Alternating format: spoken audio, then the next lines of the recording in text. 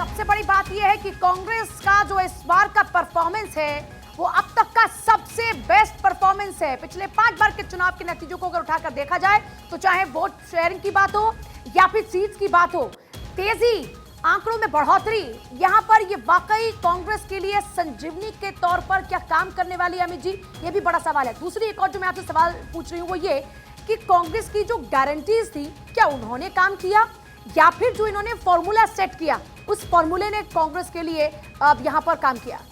दोनों बातें हैं पूजा। देखिए, कांग्रेस ने हिमाचल चुनाव से एक ट्रेंड सेट किया है। वो ट्रेंड है स्थानीय मुद्दों पर चुनाव लड़ने का, क्योंकि कांग्रेस को यह लगता है कि जो वोट परसेंटेज हमें मिलता है और जिस तरह का वोट परसेंटेज का आप कर रहे हैं तो ये जो हाथी देके चलते बता रहे हैं कि 43.2% वोट परसेंटेज कांग्रेस के पास में, 13 जेडीएस के पास में और अदर्स को गया है 7% का। हालांकि जो बीजेपी का वोट परसेंटेज रहा है वो 36%। पिछली बार भी यही ऑलमोस्ट वोट परसेंटेज था बीजेपी का और इस बार भी, और इसी बात पर बीजेपी कह भी रही है। और महबूबा मुफ्ती क्या कुछ कह रही हैं, एक बार सुन लीजिए। जो मुसलमान लाया, प्राइम मिनिस्टर ने भी इसमें बहुत ही जो है बढ़ चढ़ के हिस्सा लिया सिचुएशन को ज़्यादा से ज़्यादा रिलीजियस लाइंस पे लेने की, मगर उसके बावजूद जिस तरह से वहाँ के लोगों ने जो इसको दरकिनार करके डेवलपमेंट के मुद्दे पे जो कांग्रेस ने चलाया, चाहे राहुल गांधी ने चलाया, चाहे प्रियंका गांधी या बाकी है, जो उन्होंने डेवलपमेंट, एम्प्लॉयमेंट के ऊपर, वेलफेयर स्कीम्स के ऊपर जो उन्होंने अपना नैरेटिव रखा और उसको लोगों ने वोट दिया, ये मैं समझती हूँ एक अच्छी खबर है, क्योंकि अगले साल पूरे मुल्क में इलेक्शन होने वाले हैं और जो मुल्क के हालात हैं दिन ब दिन जो है मुल्क की जो जमहूरी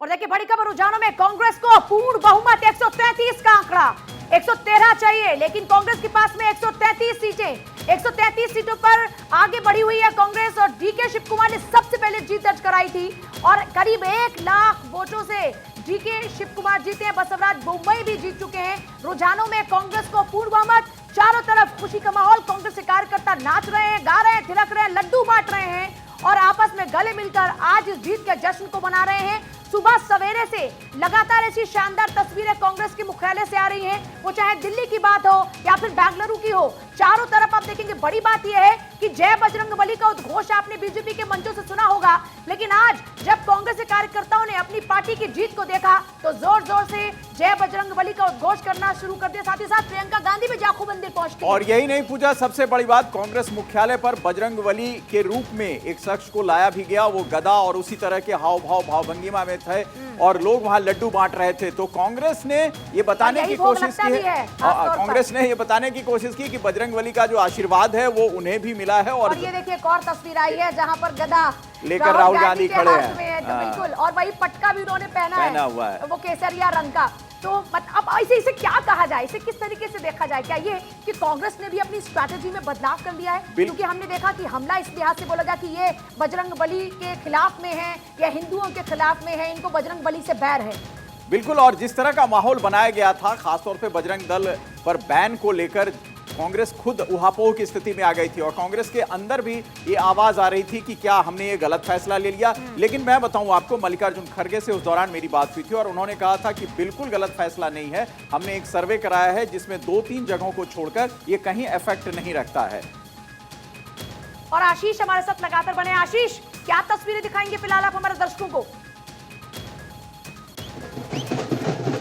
भारती सुरेश जो कि कांग्रेस के एमएलए हैं, वो जीत के अभी उनको सर्टिफिकेट मिल गया है, बाहर आ रहे हैं। देख सकते हैं कार्यकर्ताओं का जो हुजूम है, उनको अपने कंधों पर उठाया हुआ है। उन लोगों ने ढोल नगाड़े बज रहे हैं। मैं दिखाना चाहूँगा यहाँ पर कांग्रेस के बड़े बड़े झंडे जो हैं यहाँ पर दिखाई दे रहे हैं। क्या कहना चाहेंगे, बोलो कहेंगे आप? कांग्रेस की जीत हुई है, भारतीय जीत गए हैं। कांग्रेस जीत होनी चाहिए क्योंकि सभी लोगों को प्रॉब्लम थी कि इससे कि अपनी कांग्रेस आ सके, एक बार कुछ दिखा सके। अच्छा, मिठाई कहाँ है, पटाखे कहाँ है? सुबह से आप लोग इंशाल्लाह अभी मिठाई, गैस, हर चीज आ जाएगी जरूरत में। और आप लोग ने एक मुश्त पूरे वोट जो है वो कांग्रेस को दिया है, इसके लिए क्या कहेंगे? भाई से भी कुछ उनका टोपी लगा के क्या सुना ही नहीं, सवाल सुना नहीं दिया। एक मुश्त जो वोट है, मुस्लिम वोट, वो कांग्रेस को गया है। बीजेपी से कहीं ना कहीं वो थोड़ा इधर हिंदू मुस्लिम कुछ नहीं, सब एक है, सब एक चाहते थे, सब एक होकर वोट किए हैं अपनी कांग्रेस गवर्नमेंट आ सके। हिंदू मुस्लिम मुद्दा कुछ नहीं है इधर। इस बार जो है सारे जो कम्युनिटी है सारे मिलके एक ही पार्टी को वोट किए हैं, क्योंकि बदलाव चाहते थे पूरा कर्नाटक पर कांग्रेस की नहीं, मुसलमानों की जीत हुए है। मुसलमानों की शान है, मुसलमानों की जीत हुए है।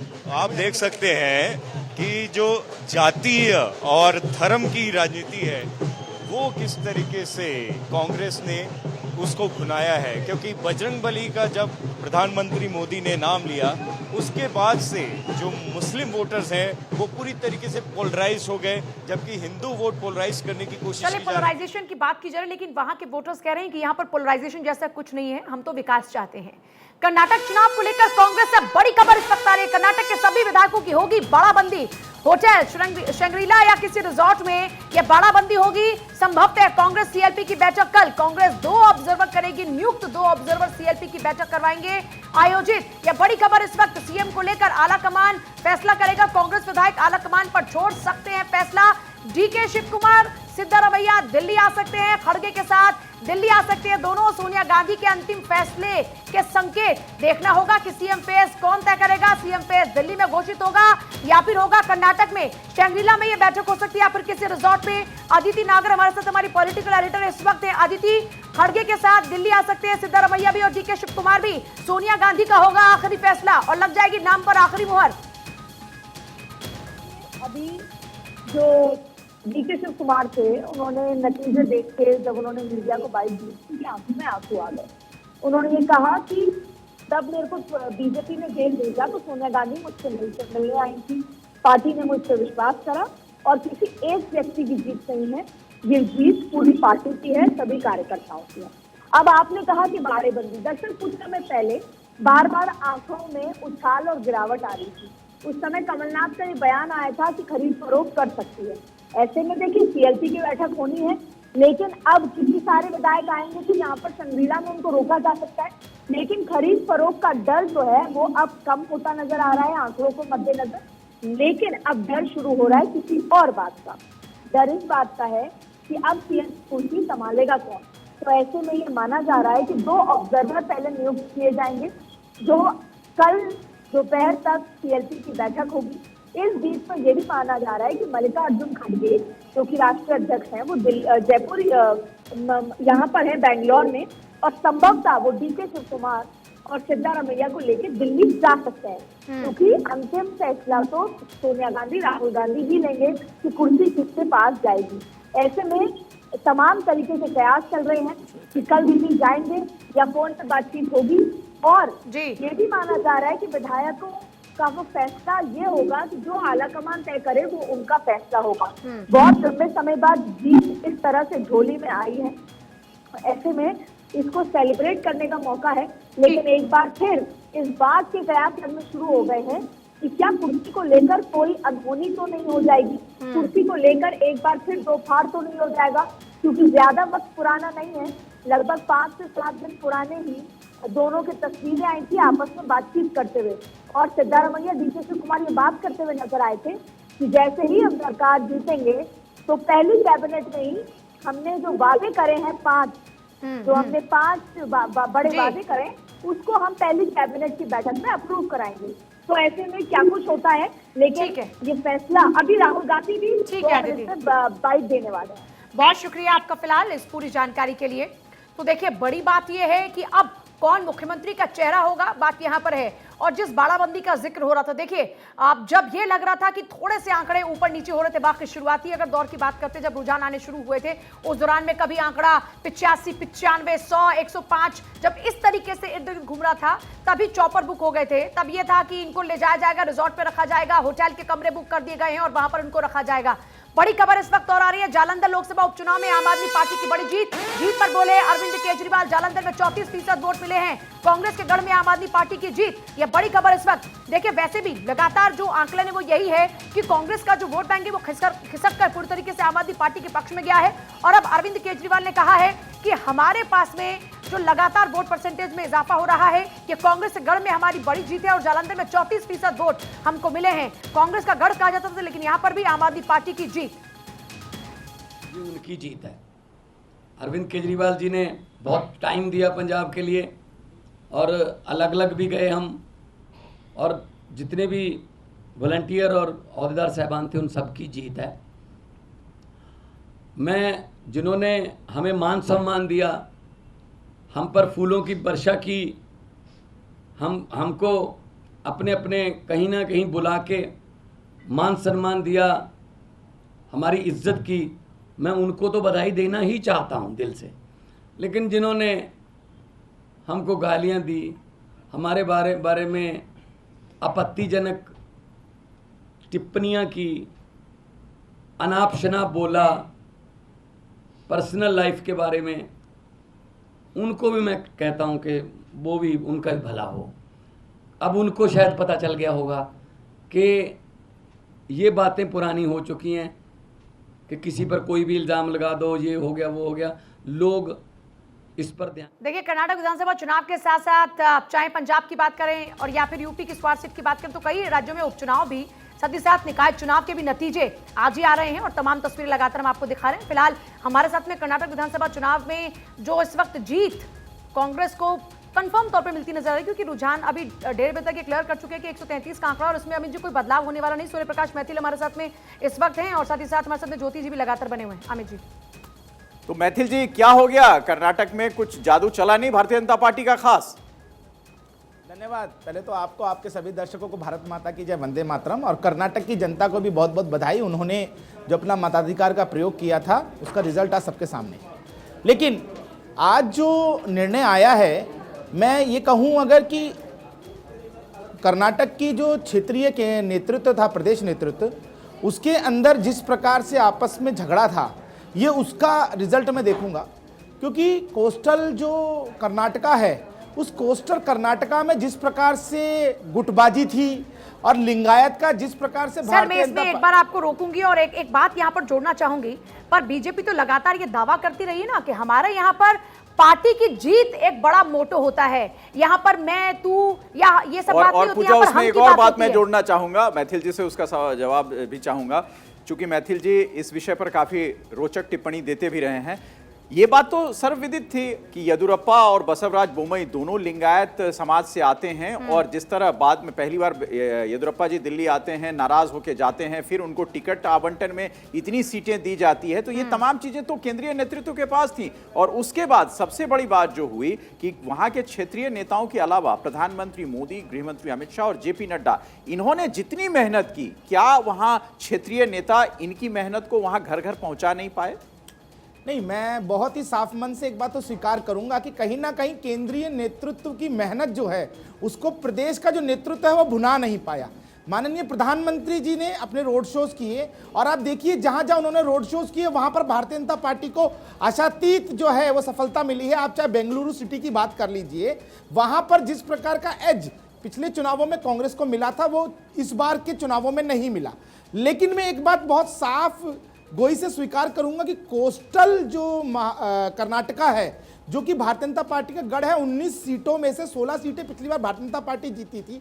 इस बार वहां पर भारतीय जनता पार्टी को डाउनफॉल मिला। साथ में लिंगायत और वोकालिंगा, उसके अंदर कहीं ना कहीं कांग्रेस ने सेंध लगाई है। और साथ ही साथ जो 4% आरक्षण मुसलमानों के लिए कांग्रेस ने तय किया था, और उसको भारतीय जनता पार्टी ने वो कहा था वो कट करके दूसरे लिंगायत और वोकालिंगा को देंगे, लेकिन वो फैक्टर जो है वो फैक्टर चला नहीं। बिल्कुल, मैं ये कहना चाहूंगा कि वहां कहीं ना कहीं भारतीय जनता पार्टी की प्रदेश जो लीडरशिप है वो कहीं ना कहीं चूक गई। एक चीज और आपसे समझना चाहूंगा, क्या क्षेत्रीय मुद्दे जो थे, जिन क्षेत्रीय मुद्दों पर कांग्रेस ने ज्यादा फोकस किया, वो क्षेत्रीय मुद्दे भारतीय जनता पार्टी वहां के जनमानस के बीच लेकर नहीं गई, और जो केंद्रीय मतलब भारत के जो समस्याएं थी और भारत के विकास, जैसे डबल इंजन की बात बराबर कही गई, तो वो मुद्दे वहां जनता ने अस्वीकार कर दिए?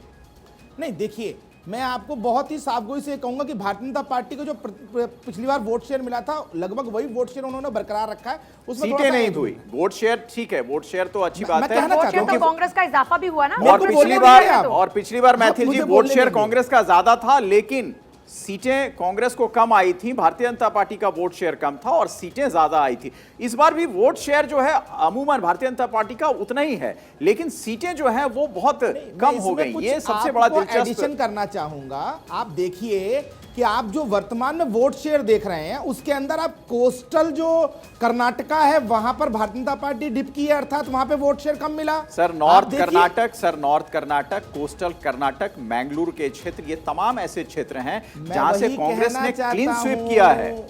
मैं वही कहना चाहता हूं कि वहां डिप किया, उसके बावजूद भी यदि वोट शेयर बराबर है तो इसका अर्थ यह है कि भारतीय जनता पार्टी को वोट शेयर नया ऐड हुआ। लेकिन यहां पर जेडीएस को जो डाउनफॉल मिला है, उसका जो एज है वो कांग्रेस को मिला है।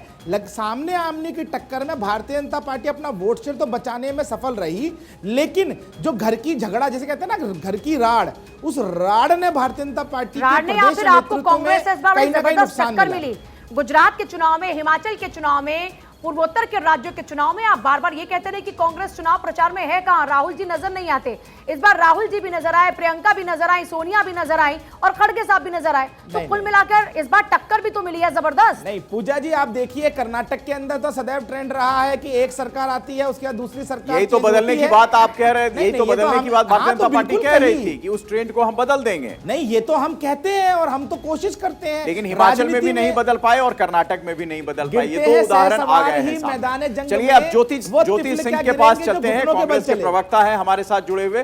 ज्योति जी, ये जो तमाम बातें कही गई, उन बातों का जिक्र और उनका जवाब तो आप देंगे ही। मैं एक चीज आपसे समझना चाहता हूं, क्या भारतीय राजनीति में अब जो वक्त है वो क्षेत्र की समस्याएं, यानी जो राज्य में चुनाव हो रहे हैं, वो ज्यादा मुफीद है बनाम इसके कि बड़ी राजनीति यानी केंद्रीय राजनीति की बात की जाए? अमित जी, आप तो इतने सीजन जर्नलिस्ट हैं कि आपको इसका जवाब पता है, लेकिन फिर भी आप मुझसे सुनना चाहते हैं, मैं बोल रहा हूं। ये इलेक्शन, और मुझे बोलने का प्लीज मौका देंगे आप पूरी करें बताने की बात। देखिए आप, इस इलेक्शन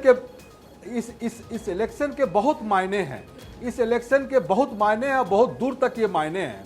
ये इलेक्शन आगे के इलेक्शन को ट्रेंड भी फिक्स करने का ये इलेक्शन है। ये इलेक्शन वो भी है कि जो आपने बात कही कि क्या ये जब स्टेट के इलेक्शन होंगे तो क्या बुनियादी सवालों पर इलेक्शन होंगे या सेंटर की बातों पर होंगे? क्या सेंटर के जो नेता हैं उनके चेहरे पर होगा इलेक्शन या लोकल जो नेता है उनके पर होगा? क्या जो 3 साल, 3.5 साल, 5 साल मौका मिलता है स्टेट इलेक्शन को, पार्टी को, सरकार को, क्या उनके कामों पर होगा या ये केवल इवेंट मैनेजमेंट पर होगा? ये बहुत सारी बातें हैं। और चूंकि ये इलेक्शन भारतीय जनता पार्टी केवल नरेंद्र मोदी, मैं आपके पास सर आ रही हूँ, वापस लौटी। बड़ी खबर इस वक्त आ रही है, बड़ी खबर का रुख करेंगे। यूपी से खबर निकाय चुनाव को लेकर। यूपी के निकाय चुनाव में योगी का परचम बुलंद, सभी 17 निगमों पर भारतीय जनता पार्टी का कब्जा। यह बड़ी खबर है कि निकाय चुनाव में योगी का परचम, यानी बीजेपी को पूरी की पूरे 17 निगमों पर कब्जा मिला। जनता ने 17 के 17 निगम बीजेपी को सुपुर्द किए। जनता ने बीजेपी को चुना निकाय चुनाव में। देखिए, आपको याद होगा कि हाल ही में संपन्न हुए उत्तर प्रदेश के विधानसभा चुनाव में भी योगी का डंका बजा और अब निकाय चुनाव में भी योगी का डंका बजा। निकाय चुनाव में योगी का परचम, उत्तर प्रदेश निकाय चुनाव में 17 निगमों पर भारतीय जनता पार्टी का कब्जा। हालांकि रुझानों के दौरान में यह लग रहा था कि यहां पर कम से कम 1-2 सीट तो किसी और पार्टी को जाएगी, क्योंकि जिस तरीके से बसपा आगे चल रही थी, लेकिन वो भी हाथ से निकल गई बसपा के और 17 के 17 गई भारतीय जनता पार्टी के हाथ।